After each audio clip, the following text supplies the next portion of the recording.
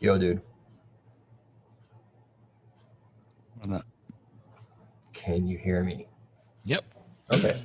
Sounding good. Oh, man. I have a question for you. Okay. I have two questions for you. Two. Oh, man. One, Go for have it. you been able to use the grip clean at all? Yes. I've been using it. You have? It works good. You like it? Yeah, I do. Cool. Yeah. So thanks for sending that to me. Yeah. Yeah, it does a good job and it doesn't dry out your hands Right. like crazy. Right. And we're hitting fall. It's November Yep. 23rd right now. Dude, my hands get really dry. Yeah. And I'm not finding myself to like lotion up my hands Yeah. like crazy, like after a cleaner, like I Right. normally do. So that stuff's good. Yeah. That's cool, man. They also sell some hand wipes, which are pretty cool. It's like the Clorox wipes that Yeah. you pull from the tub, and I use them to like wipe down my all my tools. Okay. Which really, or like if you don't have water in your garage and Right. you're using the hand wipes, you can just like pull one out, boom, toss it, and they're awesome. So if you guys are interested in finding out about this product, I've been sent some to Matt.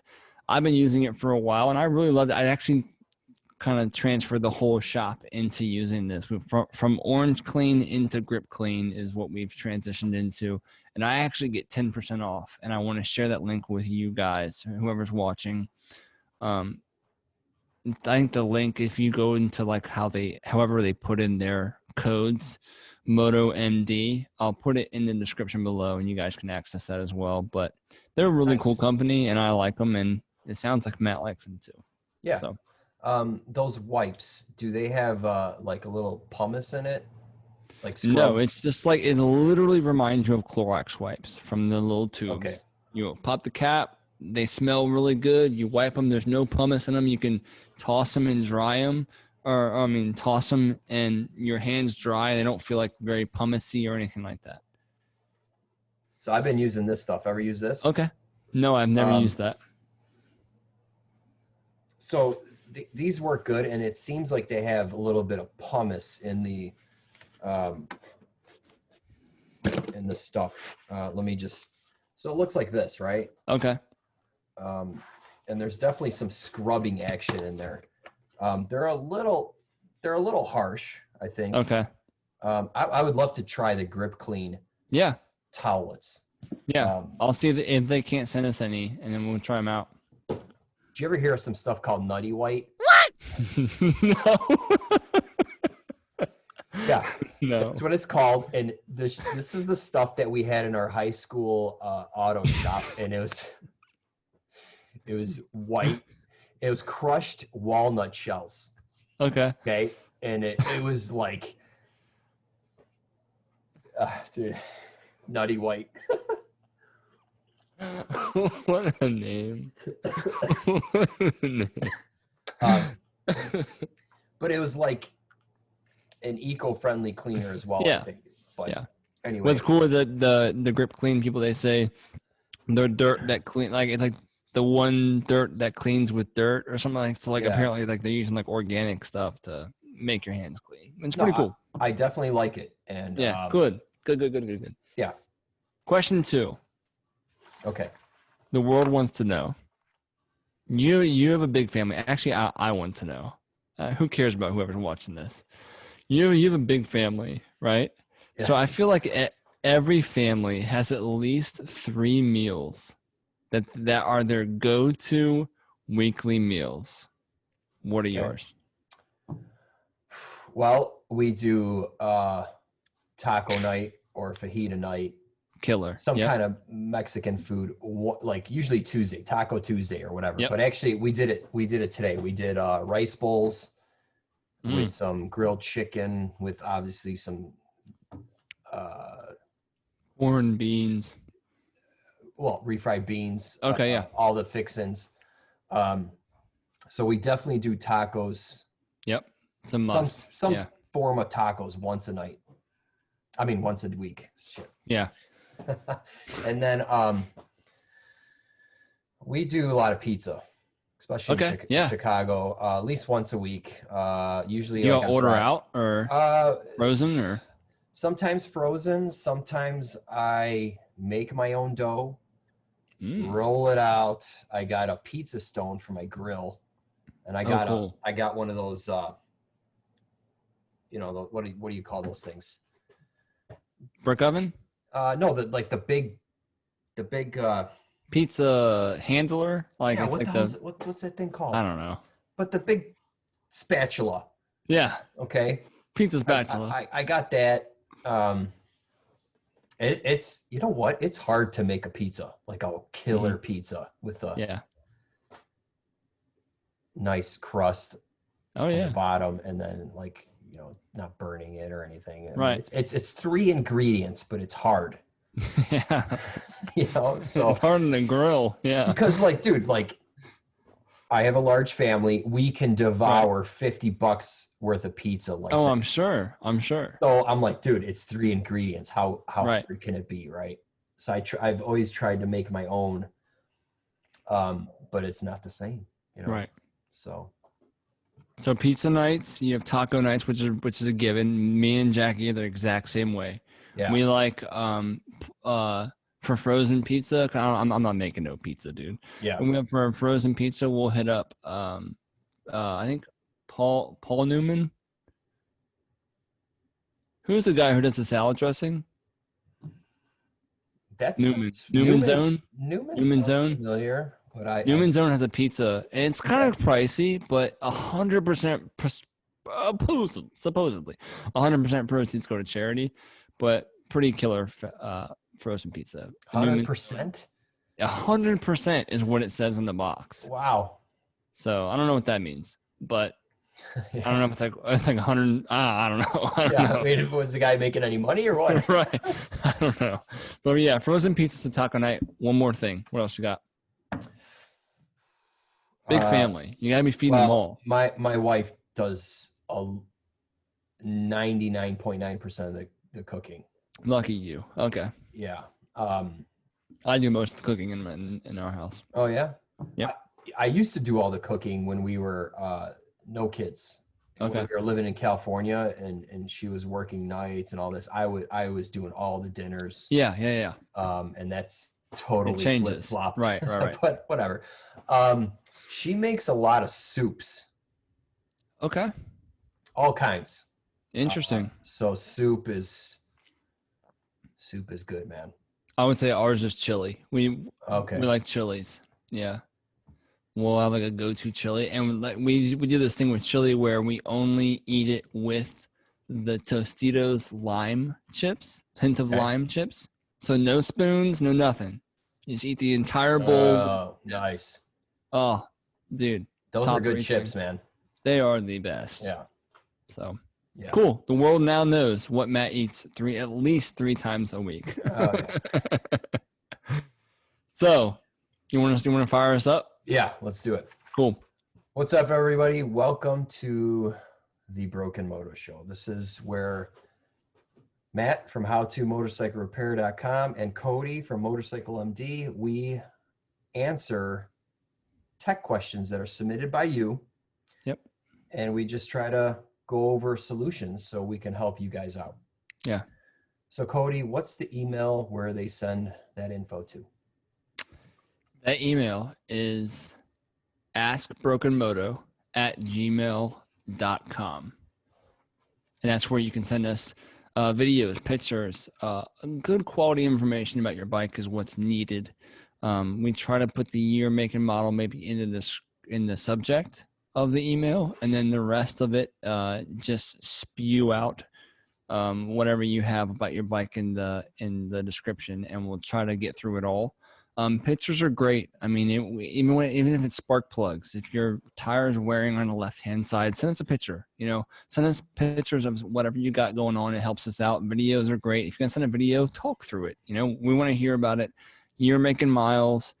That really helps us out. Kind of dial in on what problem you're having. All right, you want to do the first one? Let's do it.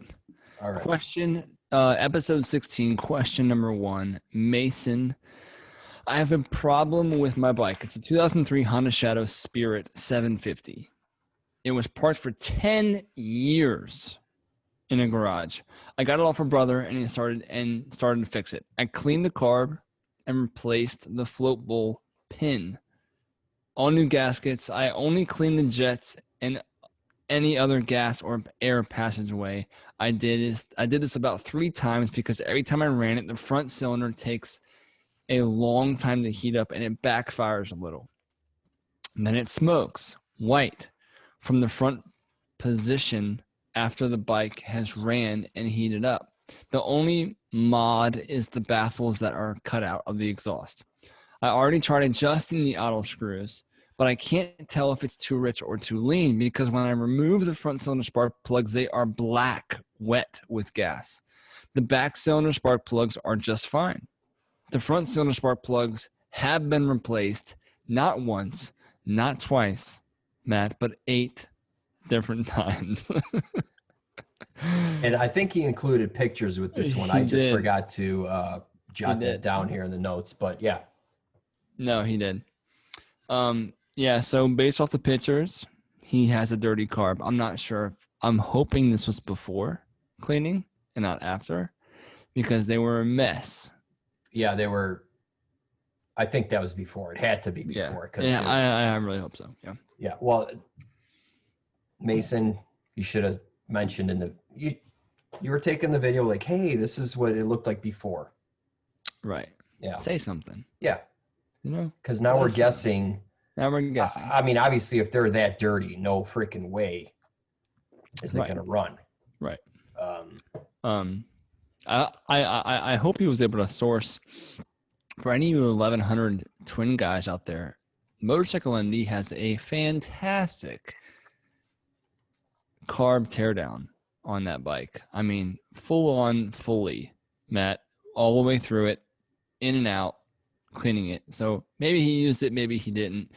Regardless, he has a rich issue on the front cylinder. So one thing that I have noticed about the 1100s, depending on the year, Honda would switch which cylinder got the biggest main jet.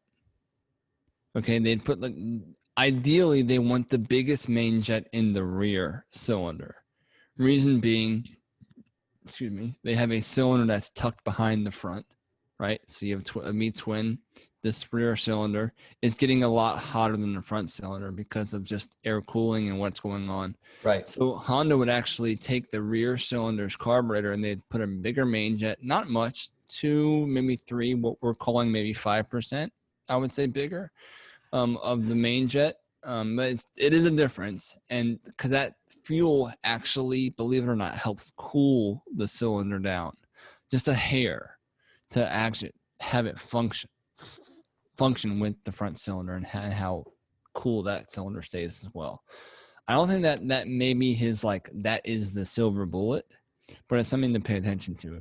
I'm not sure how he cleaned the carb or how he got rid of all that muck that you saw, because that's not just what he saw there, guys. Is not just what's exterior of the carb. It's all throughout the body. Yeah. It's very vital to get that stuff cleaned out right. The body needs to be soaked. Yeah, and I mean, he's having issues with it just like idling. So it's probably not the main jet like you mentioned, but that's something to note for sure. I mean, one thing I also saw is he was taking the float in the video and he was pulling on it, right? Because the float needle was stuck. I don't know if you saw that, but he was trying to function the float because the float needle was stuck. Okay. Just him pulling on that float changes the float height. Because it's attached by that little dinghy. Exactly. Thing. Yeah. Okay. It's got a metal tang on it. Yeah. So the moment that you raise and you're even showing us that in the video, I'm like, I hope he checked the float height. And because that's not what he said in the video. Or in the description. Yeah, I didn't get that far in that video because I thought I saw enough in the. Yeah. It was pretty much the same. So float height needs to be checked. Are those all? Because it is adjustable. Okay, so it has a metal tang. Yep. Okay. I was gonna say, Is it plastic, 100% plastic, like It's all plastic, but the tank? Yep, exactly. Gotcha. Okay. I got a carb clean video on this one as well. Okay, cool. But you know what I did with this one when I put it back together is I hooked up the PVC valve hose. How do you say it? PVC or PCV? PVC. PCV? That's PVC. Pair check valve. Positive crankcase valve. PCV. I always get PVC and PCV. Okay. Anyway, I hooked that hose up to the carb vent on accident. Okay. So what happened is the floats, the carb was getting pressurized. Oh, interesting. Causing a rich condition. Yeah. Mainly at idle or decel. So like, dude, did it do that on both cylinders or just one? So I think I just had that hooked up to one carb. Interesting. I don't remember, but I'm mentioning this because, hey man, we all make mistakes. And yeah, it happens. Absolutely. Dude, I was riding this thing and on decel, it started coming apparent because, I don't know why, but anyway, one of the cylinders all of a sudden started getting rich just like that. And I'm like, what's going on? And then I don't know how I diagnosed it. I finally just started tearing stuff off. Right. And I remember it running and it was rich and I pulled that hose and then it cleared up and I was like, dude, it's like they were right. They were, it's supposed to go to the air cleaner. Right. Or whatever. And it's or like the sub filter or something like that, or the backing plate of the air box. So I totally understood. I totally understand how you can get that wrong. I'm glad I found it though. I mean, for sure. But the front cylinder being rich, let's wrap this one up. I think that he should check the main jet sizes, make sure he's got the right one in the right port. Okay, and then he should double check the way that his CV is positioned, the rubber diaphragm inside of the carb. Double check that, make sure that that's right, make sure the CV is not locked down or doing something wonky. Make sure that this main jet is tight because we all know that Cody even makes mistakes with main jets and they can fall out. And make sure that the needle valve for the CV piston is in there tight, because if it's not in there tight and then the little lock that's in there, the jet can just do whatever it wants, make it super rich. There's no valve adjustment he should do. I don't think that's a valve thing. I think it's a carb thing. Yeah. I think the last thing that he messed with was the carburetors. Let's go after the carburetors. And Matt, you have a video on that, and I as well have a video on that as well. So pick your poison. Yeah, buy them both. Yeah, buy them both, dude. No, Matt, we need to talk about these guys that donated to the beer fund. What is the beer fund that we got? So we have a beer fund, and that is just simply to support the show. It is. It buys us beers. If we have this stuff, we can talk for an hour about your repairs. Simple as laugh that. And then make fools of ourselves as we talk about motorcycle repair. That's right. So let's acknowledge Justo, every time. Jeff and Matthew. Thank you guys so much. Thank you very much. Cheers. We appreciate you guys seeing the value in the show. Hope you guys who are not donating see the value as well. Tonight, I am drinking, again, from Stone IPA. I didn't mention this because this is a new video. This is going to be after Thanksgiving, so I hope you guys are nice and fat and happy from Thanksgiving, by the way. But this is from Stone IPA. Matt is drinking what I would think would be the Matt Special, which is the watermelon kombucha with some Tito's vodka with a little hint of lime and a finger to mix it. Keynote, finger must mix the drink. This isn't a kitchen. or a 10 millimeter wrench. Yeah. That's how I start my coffee in the morning. Sugar and 10 millimeter wrench. Yeah. No, but I have a Stone IPA. This is called the Delicious IPA. It was really cool because I liked the marketing that they did. They said that we made a huge mistake, and they said that pretty much the mistake was them making a delicious IPA, which makes you want to buy it. But in reality, they printed everything upside down, which is kind of cool. It's just very smart and clever to me. I appreciate good branding. So again, beer fun. Thank you guys so much. Jeff, Justo, Matthew, you guys are the peeps. Link will be in the video description below if you want to help us out. Thank you. Yes, it will. All right, on to question 2. Matt, this one's on you. All right. This one is from Barney, 1980 CB750. I ordered 025 pistons. So I don't know if that's millimeters or inches, but it doesn't matter. Last episode it's overstock. It's bigger. It's like one step overstock. To rebuild the bike above. Neither the Honda service manual nor the Honda common service manual advise to what piston to cylinder wall clearance should be. They just say service limit is 4 thousandths. What should I be asking the machine shop to give me for clearance? Thank you, Barney. Okay, so that really should come from the piston manufacturer. Because if they're forged or cast or hyperputic or whatever, they're going to have a different expansion rate, and the manufacturer of the piston should specify that, and then that should be given to your machine shop. That's all I can say about that, I think. Okay. What I will add, if let's say you're buying it from Honda, right? So this is not from Wiseco, this is not from aftermarket, this is from Honda. And they offer a .250 or a 0.25 or a 50 over. So what we call it, 0.05 over. So this can be confusing, Barney, and I understand your reason being pretty much what they're saying is that 0.00 or 4 thousandths is the limit. So if you take a 4 thousandths feeler gauge, they're saying that like that is as far as you can go. Anything above this will run. They're saying that 0.004 is the cylinder wall clearance. That's saying the clearance between the piston and the cylinder wall. So you measure the piston and you measure what standard piston bore would be, and you subtract the two, and then that would give you that number. And then in the manual, there should be a number for standard size piston or whatever your piston is to standard size overbore, or standard size cylinder versus a stock bore. So the stock bore has to be bored out for the oversized piston. What I'm saying is that if you have a stock piston and they have a stock cylinder wall, they'll give you 2 clearances. And that clearance number that they're giving you is the same one you should apply to the new one. Sure, if it's the same piston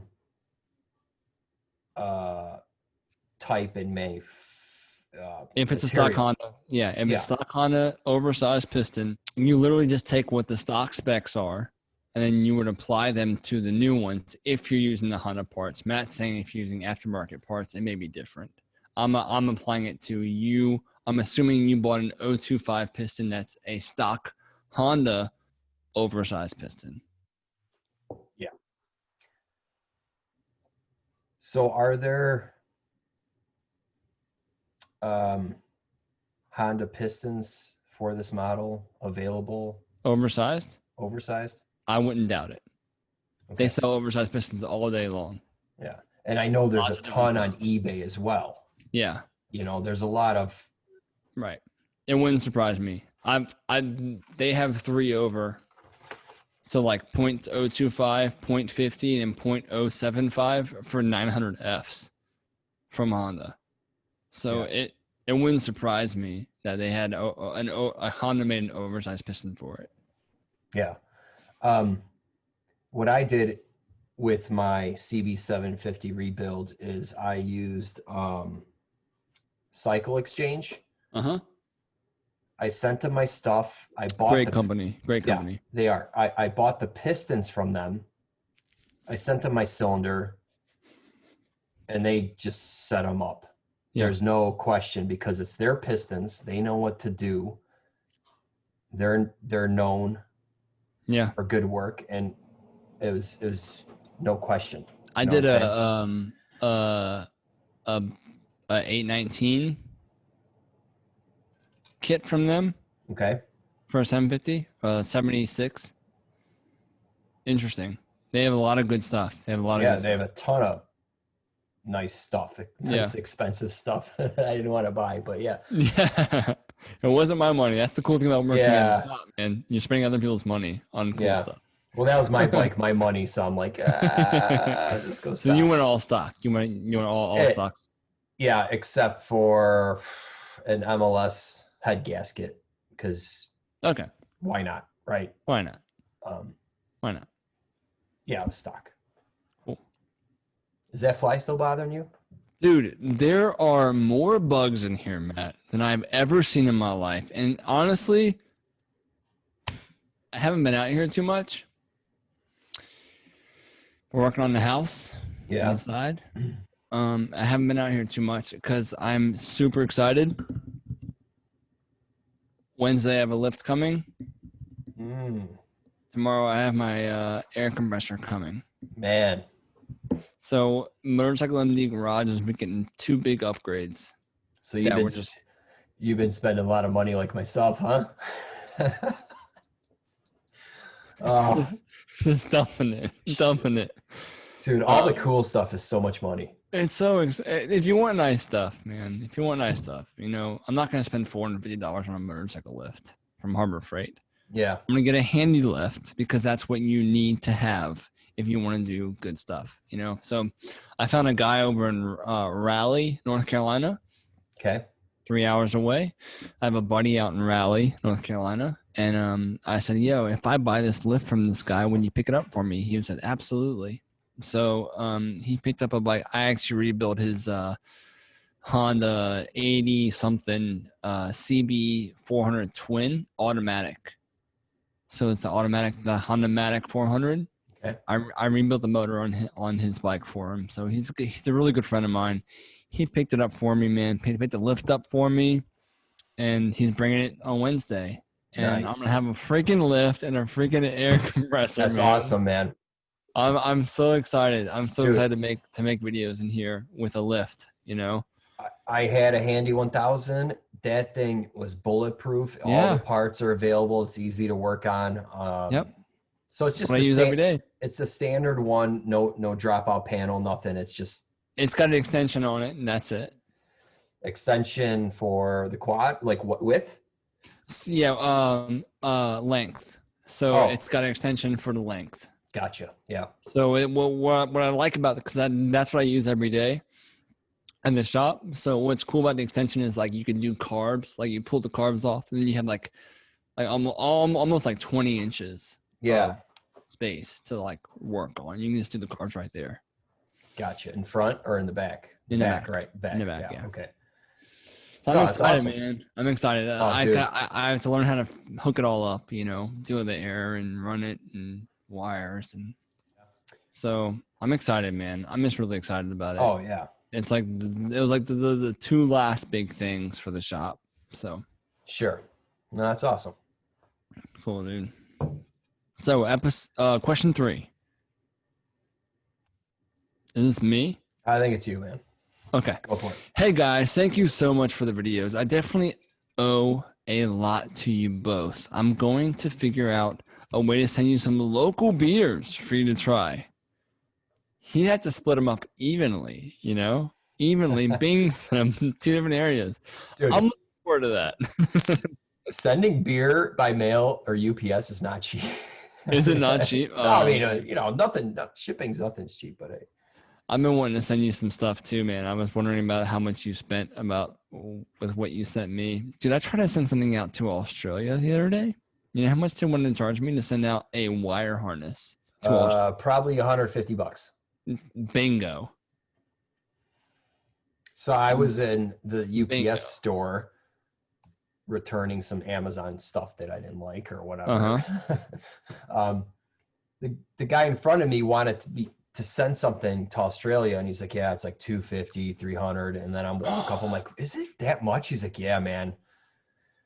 Dude. So it's not cheap. You know, It's crazy.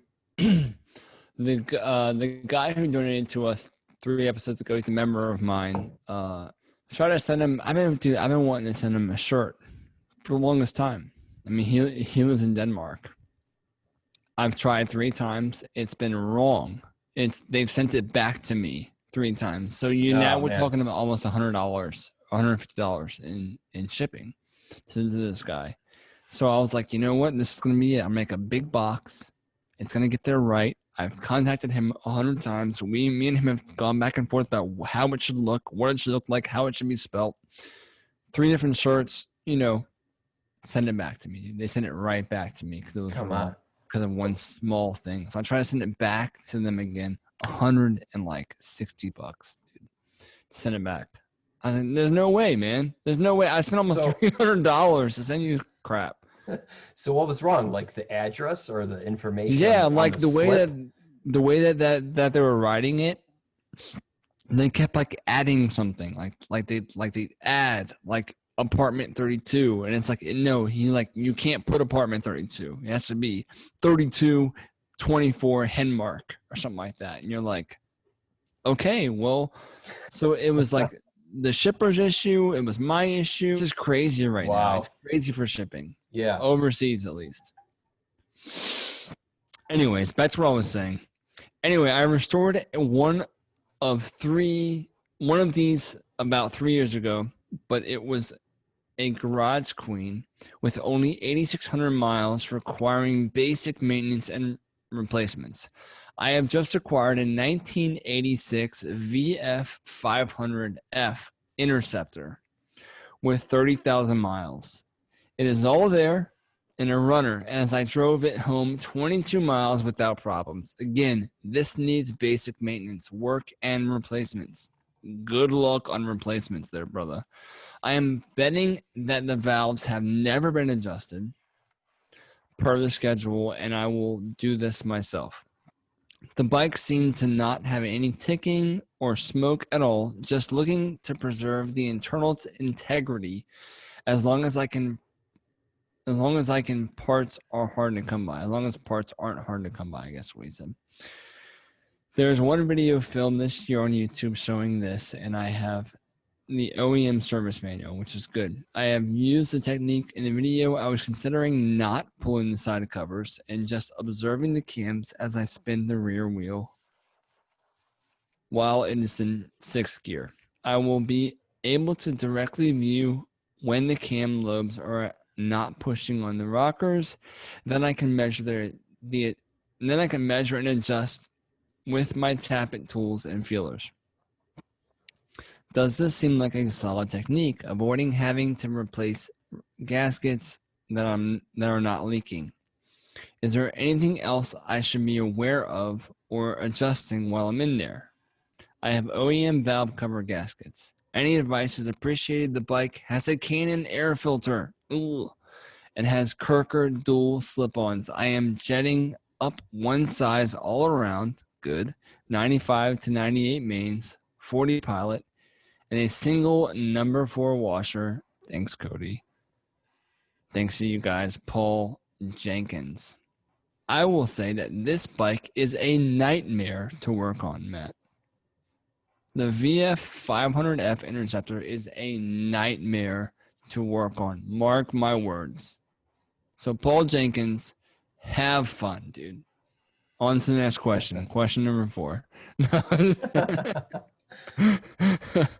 No, it really is because it's different. Like, they did it for like 1 or 2 years.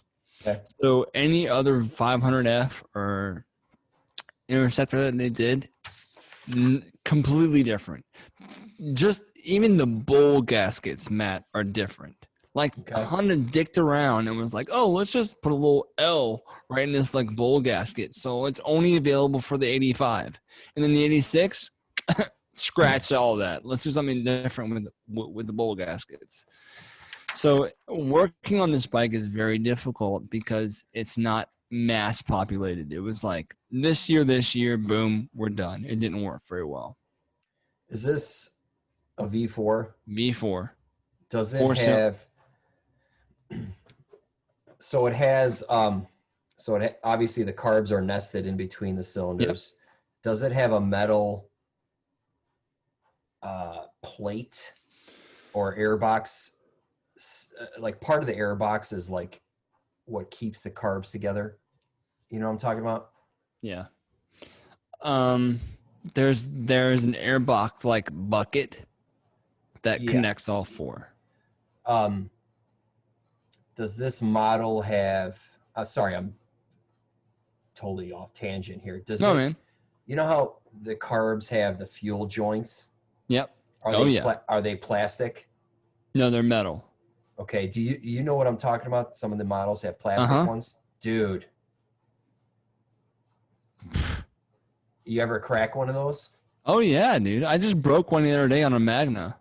Well, I was working on some V4 model. This was back in '99. I'm 18. I'm working for a dealer. He's like, service manager's like, hey man, work on this bike.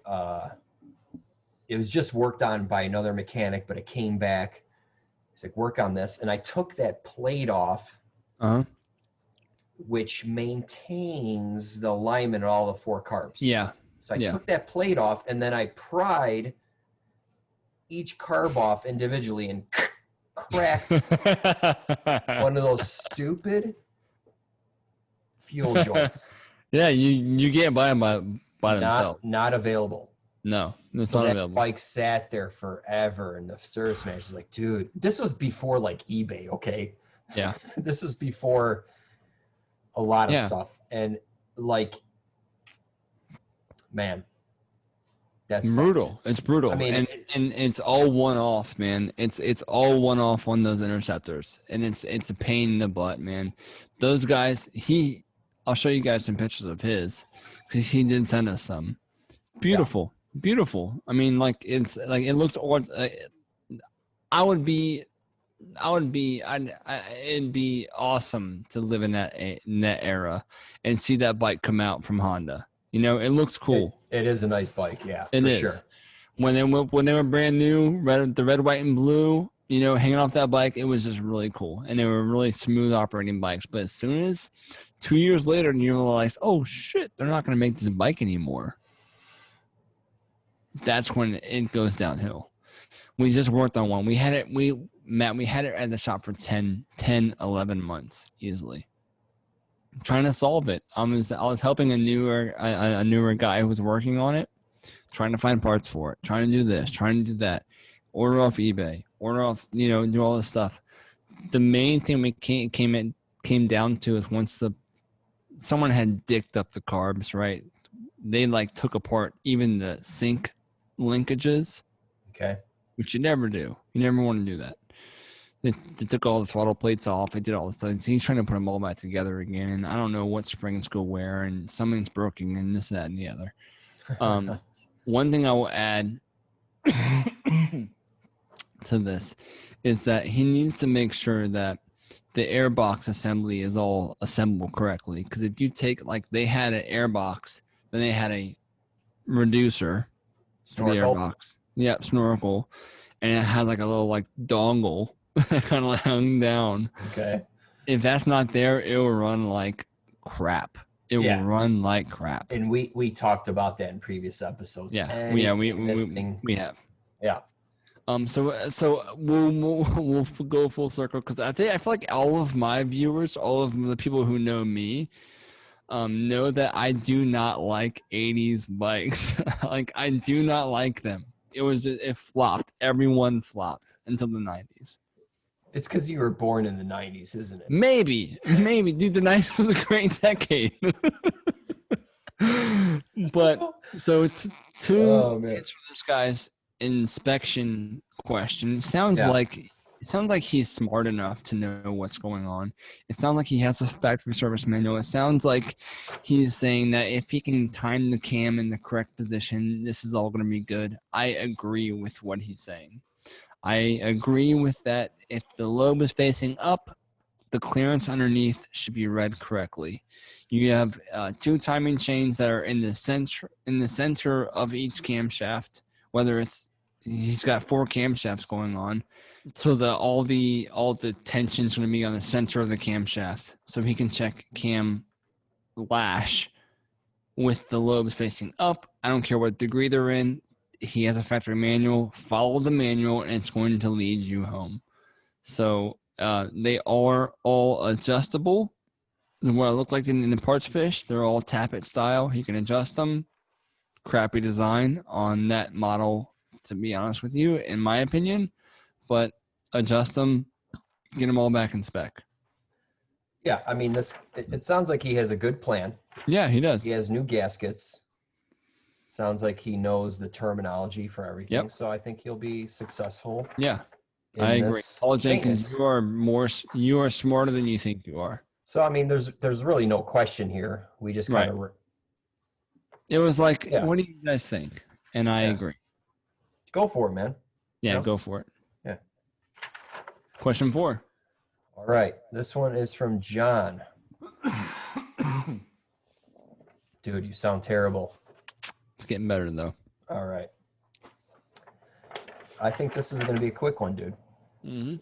Could you help me, please, as I have a Suzuki RF600R 1993. The solid went, and I put a new one on, and now she will not fire as she's trying to thaw. Thank you. If you could help me, from John from England. I don't know, man. I have no fucking idea.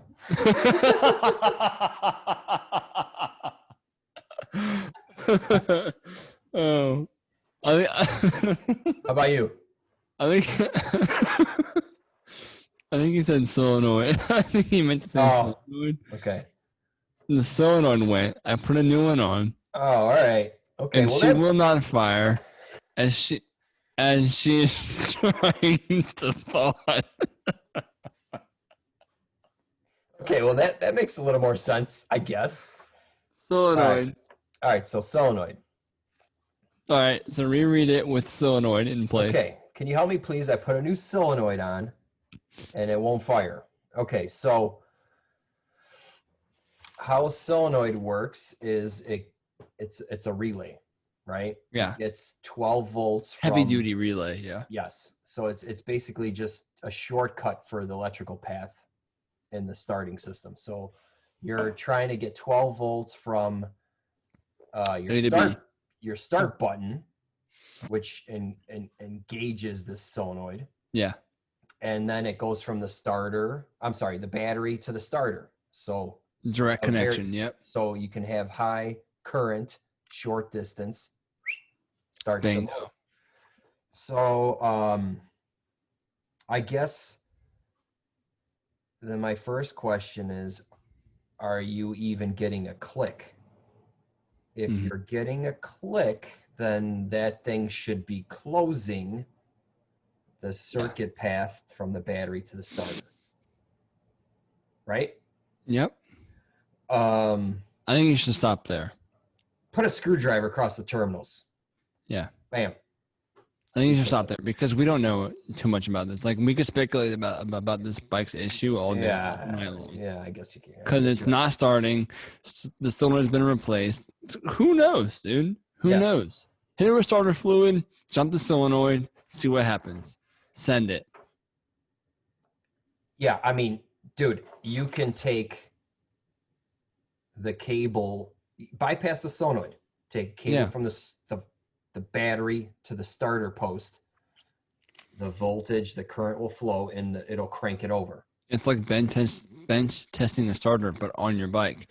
But you guys got to realize that the battery positive terminal, the battery positive cable goes straight to the solenoid. That's where it ends. It goes straight to the solenoid. Then you have a wire that goes from the solenoid to the starter.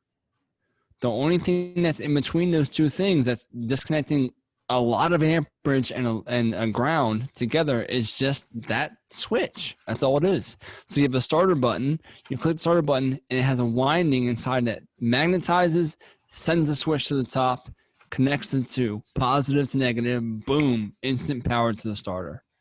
Because That's all it is. You can't send 50 amps through your start button. Right. And the starter button's only purpose is just to connect something else together. Because your wires would be that big to the Yeah. So anyway. All right. So John, sorry we couldn't help you more, but your email sucked. Question number 5. I think he was talking to his phone for sure. He's like, for sure. He's like working on his bike right then and there, emailing us. All right. So question 5. Yeah, I messed up there. But this next one's not any better, so go for it. Okay. Is this the old guy? Is this the guy from before? I don't think so, but Okay. It's another Chinese 2019 50cc GY6 scooter. It's a Tao New Speed 50. I ride it a lot, all over, even on long trips out of town. I average, not including around town, about 1,000 miles a month. The scooter works great and is very reliable, except for one thing: it will blow a rectifier about every 4 months. I am lucky it's an AC ignition system. I am lucky it is an AC ignition system because it will run without the battery. Annoyingly, the rectifier always seems to blow when I'm about 100 miles away from the home. Good thing is the headlight runs off of just the stator. So the headlight is not acting as its own regulator for the battery. What on earth could be causing this rectifier to be blown on a regular basis? Like that, also, I was thinking of adapting a rectifier from a regular motorcycle because it would be more heavier duty, I hope, and less likely to blow. The theory seems sound. The wiring will be easy to figure out. However, I may be better to figure out why the stock rectifier keeps blowing. What do you think? I don't think it's worth your time to figure out why the rectifier is still blowing. Well, I don't think it's worth your time, Joe. P.S. Hint. I don't understand why he even inputted this into the email, Matt, but he said, P.S. Hint, when trying to kickstart the scooter, put it up on the center stand first. If you don't, the center stand being up, the Kickstarter will only have about 1/3 of its travel. Because the kickstand will hit the center stand, so you will have to put on the center stand for the Kickstarter to move fully. I don't know why it's there. Well, because his battery's dead. I don't know, man. Yeah. Because on the left side you have the thing to put it on the center stand, and right. the Kickstarter's on the left side, I think. Right. So like that. That's not information that's useful to me. I don't know. Well, if you had a dead battery in the middle of nowhere, you had to kick this thing over. It. So your rectifier is junk. As to why that's happening, I don't know, man. I don't know. Yeah. I think it's worth wiring an actual motorcycle rectifier. I do think that's totally worth it. And what we're talking about, guys, is rectifier. Well, the rectifier's job. It's probably a twin. It's probably both. It's a one unit thing. Yeah, right? regular rectifier. So you have a regulator. The regulator, it's very simple. Regulator makes sure that the battery's not being overcharged. The rectifier, the batteries on all your motorcycles, your scooters can only take DC voltage. That's the only way that they can store their power. The rectifier transfers that AC voltage, which is being generated by motion, into a DC current, which is more direct, and the battery can actually store that. The battery can't store AC voltage. So the rectifiers is in place for that switch to take place and the battery take it in. So what he's talking about is a device that can do both at the same time, all in one unit. It's a regulator rectifier unit, and Which his really is common. junk. Yeah, his is really junk. So he needs to put a different one on and try it, because I don't know the answer to this question. I don't know why that's happening. Yeah, I mean, we talked in detail. Yeah, we did. We've already done this, Matt. We've already done this. Your stator can't output more. You know, it's not like a problem can ensue and all of a sudden you have a stator that's like throwing out tons of AC voltage. It's not going to put out 90, then all of a sudden 2 days later it puts out 230. Like, that doesn't happen.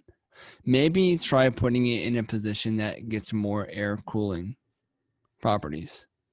You know, that may be interesting to see.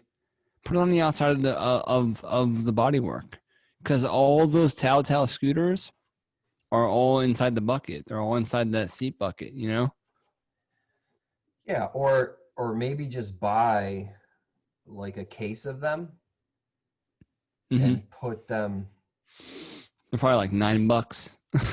put them in the luggage rack Mm-hmm. and just have the tools to swap them. Dude, like, oh, I blew another one. I'm just gonna swap it in on the side of the road, and I'm gonna keep going. That sounds fun. Yeah, because I mean, I don't know, man. Like with the big four Jap bikes, I'm not replacing these. Like, yeah, no, you're not. It's not common. It's not. It's not a normal thing. I mean, dude, we had 2 guys already email us about this brand, right? This problem, exactly, in just a few months.